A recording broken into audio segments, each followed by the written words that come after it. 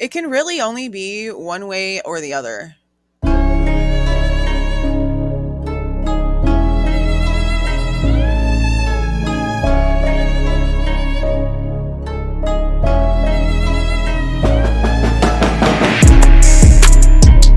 Hey guys, this is Jules with True Crime Reactions. I want to talk to you guys about something for a minute because the little article that came out in the New York Post that we talked about yesterday, my reaction to that, and some people are seeming to forget that this is a reaction channel, first and foremost. So whenever I give my thoughts on something that I'm reading, it's usually based on the thought process of the person whose thoughts I'm reading, if that makes sense. Whenever it's my own thoughts, I feel like it's apparent, but maybe I need to start giving some sort of separation to that. I know in the article, the way that Kaylee's family is describing what they were told, I think that the way that they're telling it to us, with Maddie being on the outside of the bed, Kaylee being on the inside, I believe that's the way the bodies were found. There's no reason to believe otherwise. What I think happened here is that the family was told the truth about the way that the bodies were found. There'd be no reason for the families to be told anything other than Maddie was on the outside of the bed, Kaylee was on the inside of the bed. The whole scenario of the two girls being in the bed together and Kaylee waking up to Maddie being attacked and all those things, that is based off of the way that the family views what could have happened based on what law enforcement told them about the way the girls were found. There's nothing wrong with them having those thoughts and projecting those thoughts, because that's a big possibility that that's how it went down. There's actually a 50-50 chance that that's exactly how it went down, that they were asleep in the bed together, and the one that was laying on the outside of the bed would have been attacked first, while the person laying on the inside of the bed between that outside person and the wall would technically be sort of trapped if there was a physical person attacking the person they were laying next to. Yes, that's a very logical scenario. But what we don't know is if the girls actually did fall asleep in the same bed that night or not. We don't. We don't. And there's been a lot of arguments about this. The thing with that is that, as far as I can tell, her furniture, Kaylee's furniture, had not been removed from the house. Not in the photos that I had seen. And of course, we haven't seen any actual crime scene photos. This is just me going off of all of the mainstream media photos of, they're all outside of the house and they're trying to zoom in through windows and whatnot as much as humanly possible to get as much detail as they can get. It looked as if there was furniture in Kaylee's room still. And a lot of people want to argue with that because she hadn't been living there. She'd been at her parents' house for a few weeks, already remotely working for the job that she was moving to Texas for. It would make more sense to leave your bed, your dresser, whatever else that you don't need right then and there in your old room while you go to your parents' house for a few weeks, and then pack it up while you're leaving to go to Texas. Because she still had a little bit of time. I don't believe she was leaving. I can't recall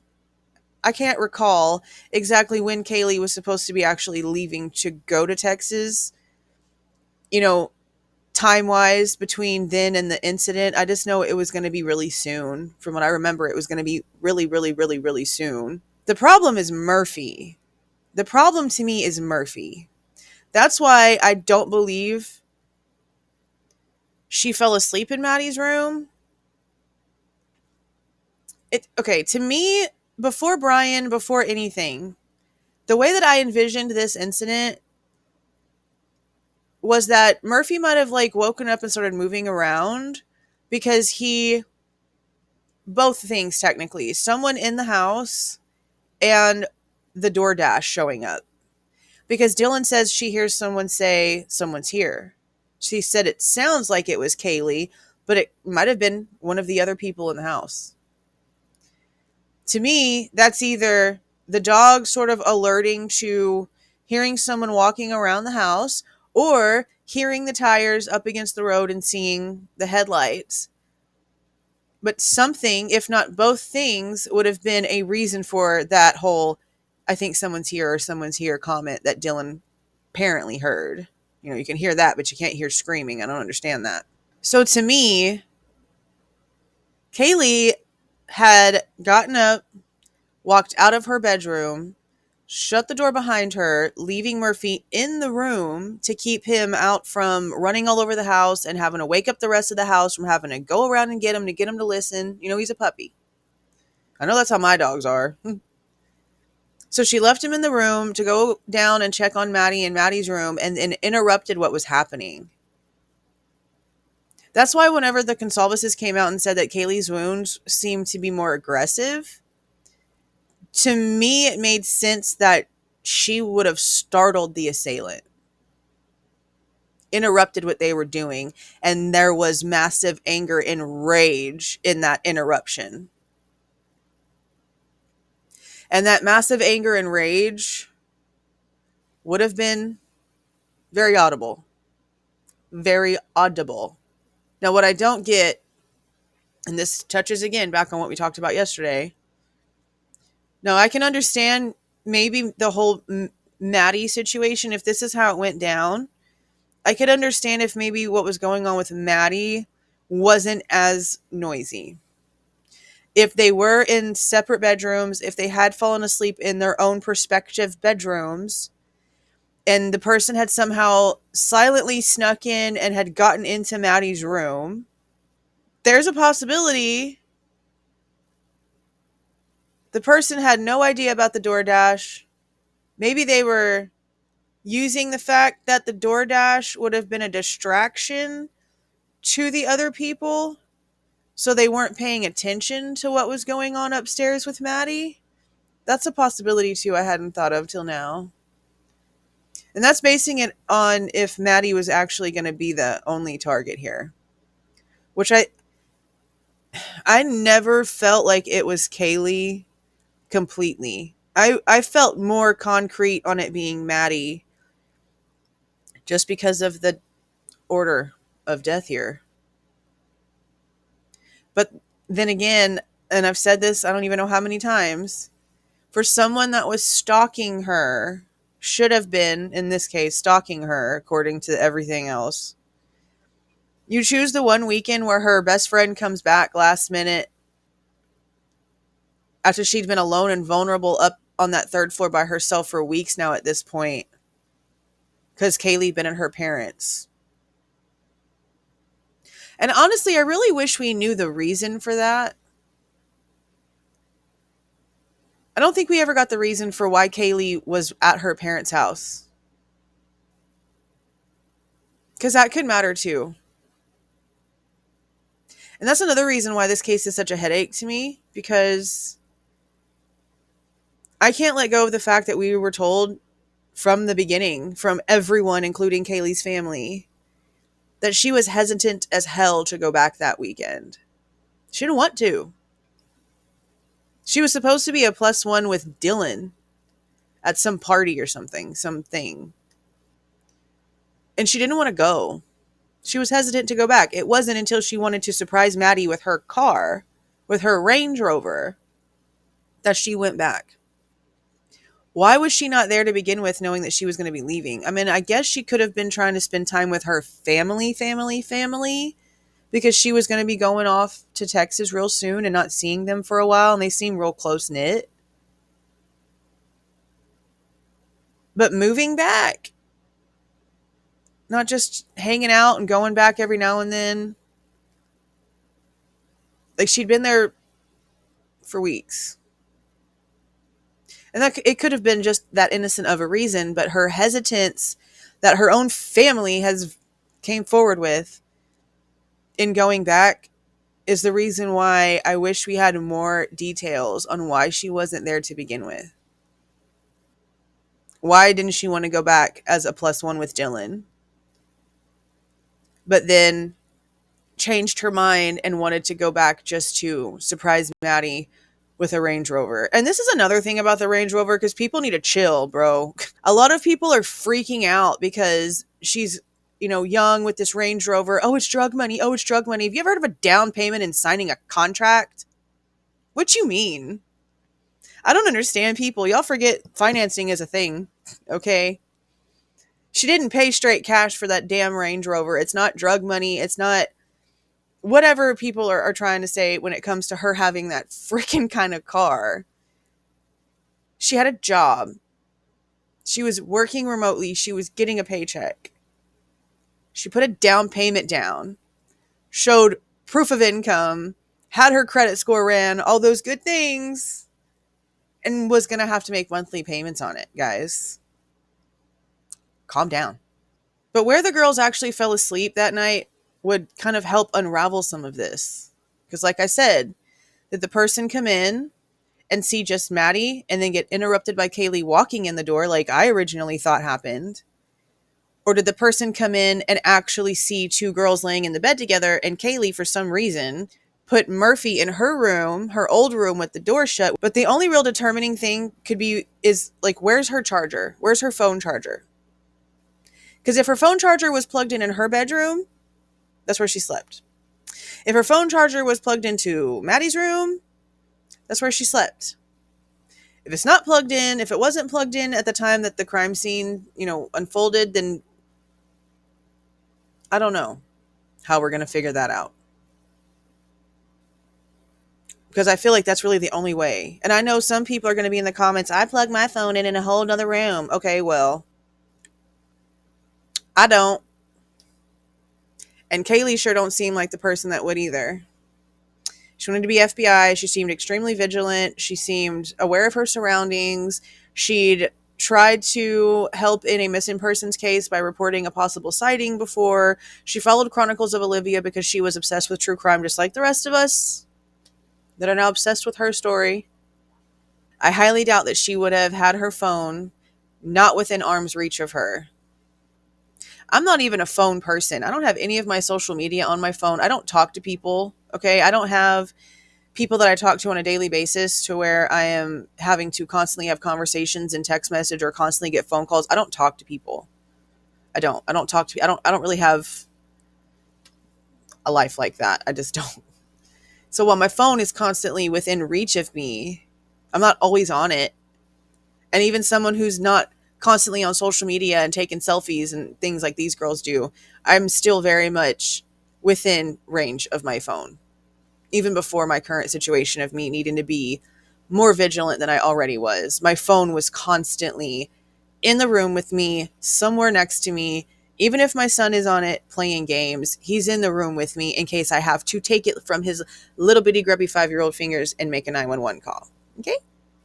So I think that that's going to be how we figure out more on that situation, is where was her phone plugged in? And honestly, Dylan and Bethany, they can't even really say for sure either how the girls fell asleep, because they're on different floors.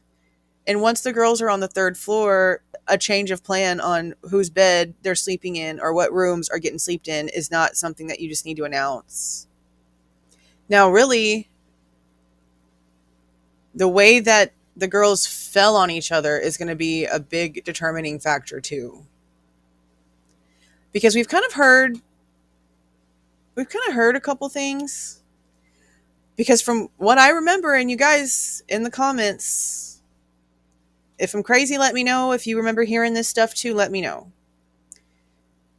We had heard a long time ago that the girls were kind of like found on top of each other. And the way that it was kind of always described is that Kaylee was on top of Maddie. This was a conversation that popped up that didn't keep going. But it was towards the beginning, and I remember the conversation was that Kaylee was on top of Maddie. Meaning to me, Maddie would have gone first. And Kaylee, after losing her fight with the assailant would have been discarded onto Maddie. And I'm using that word because that's what this person would have been in their brain, okay? So I don't know if the Goncalveses are going to give more details on the way that they're speaking about this, because there's still a possibility that Maddie's body could have been found on the outside of the bed, and that Kaylee could have been more geared towards the inside of the bed, but her, she still fell. She still could have fallen there.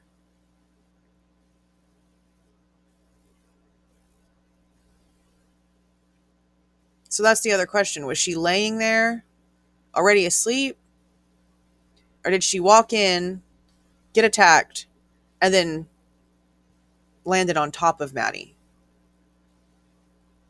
Is she next to her with Maddie's body sort of slightly on top of hers because of the way that they were laying?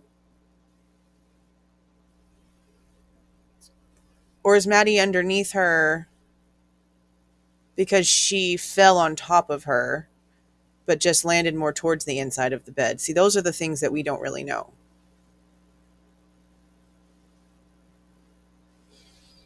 Those are those hard details that we don't know. But I think the phone charger, wherever the phone charger is plugged in, is going to give us an idea, or at least a better answer onto if Kaylee actually fell asleep in her bedroom, her old bedroom that night, or if she fell asleep in Maddie's bed with Maddie. Like, something so simple could actually be so extremely important as a case detail. Like, it's interesting that it's simple enough to where the public should kind of know that answer. Like, there's no reason for the public not to know the truth about that. It's something small, but it's still not something small. In the grander scheme of the situation, it's really not. It's a big determining factor. So I guess we'll just have to wait till trial, probably, to find out for sure exactly what the sleeping arrangements were for that night. The dog is what's throwing me off on that entire thing. So I just want to know. I think we all just want to know. The little documentary comes out tonight. I will be doing a video on it. I just don't know if it's going to be later on tonight after I watch it originally, or if I'll wait till tomorrow. We shall see how I feel. And before I close this off, I'm going to play a little clip for you guys. I watched a little segment this morning of the Van Zant guy who did the 48-hour interview with the families. And I think this is something that we heard earlier, but I just wanted to share this again because Olivia, who is Kaylee's older sister, recently gave birth to a new baby girl named Theodora Maddie K. The Maddie K is for the two best friends. And the family looks at the circumstances of this birth as a sign. Olivia looked out and she saw a rainbow for the first time while she was in labor. The room she was in was 1113. That's the date of the murder. And the time that the baby was born was 4:21 a.m. And authorities believe that's when the murders were occurring. wow. And so they think, the family believes, this is a sign from the two girls saying, we're okay. Numerology is a big thing for me. I have my own numbers. My mom has her numbers. Lots of people believe in numerology. The numerology in this case is actually pretty frightening. For those of you who have paid attention to that, you know exactly what I mean. So, again, just more things that we will have to wait for trial to find out if there's any relevance behind or not. But that is it, you guys. See y'all.